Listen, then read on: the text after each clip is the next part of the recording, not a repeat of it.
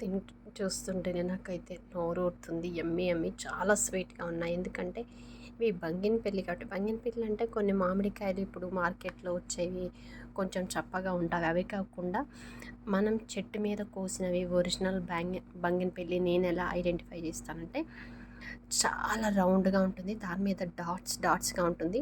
ఎక్కడో ఒక చోట కొంచెం పచ్చిగా, ఒక చోట దోరగా ఉంటది. ఆ కలర్ అంతా కొంచెం లైట్‌గా తెలిసిపోతుంది. మనకి ఈ కలర్‌లో ఉంటుందనమాట. ఆరెంజ్ కలర్‌లా. ఇప్పుడు మ్యాంగో ఏ కలర్‌లో ఉంటుంది. సో, యెల్లో కలర్ అంటే మొత్తం యెల్లో గాకుండా మొత్తం యెల్లో ఉన్నయి ఏంటంటే అవి మ్యాంగోస్ కొంచెం పొడవుగా ఉంటాయి.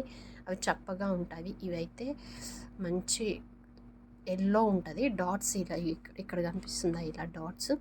ఇలా డాట్స్ కాను కాయ ఇలా తెలిసిపోతుంది. కొంచెం గట్టిగా ఉంటుంది.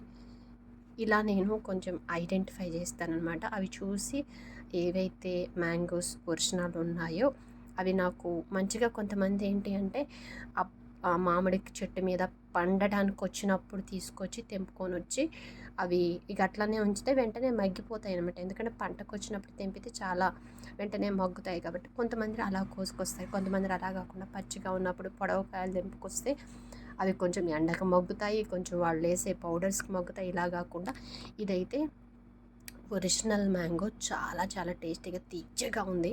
వీడియో కోసం చెప్పడం కాదులేండి, నాకైతే చాలా బాగా నచ్చింది.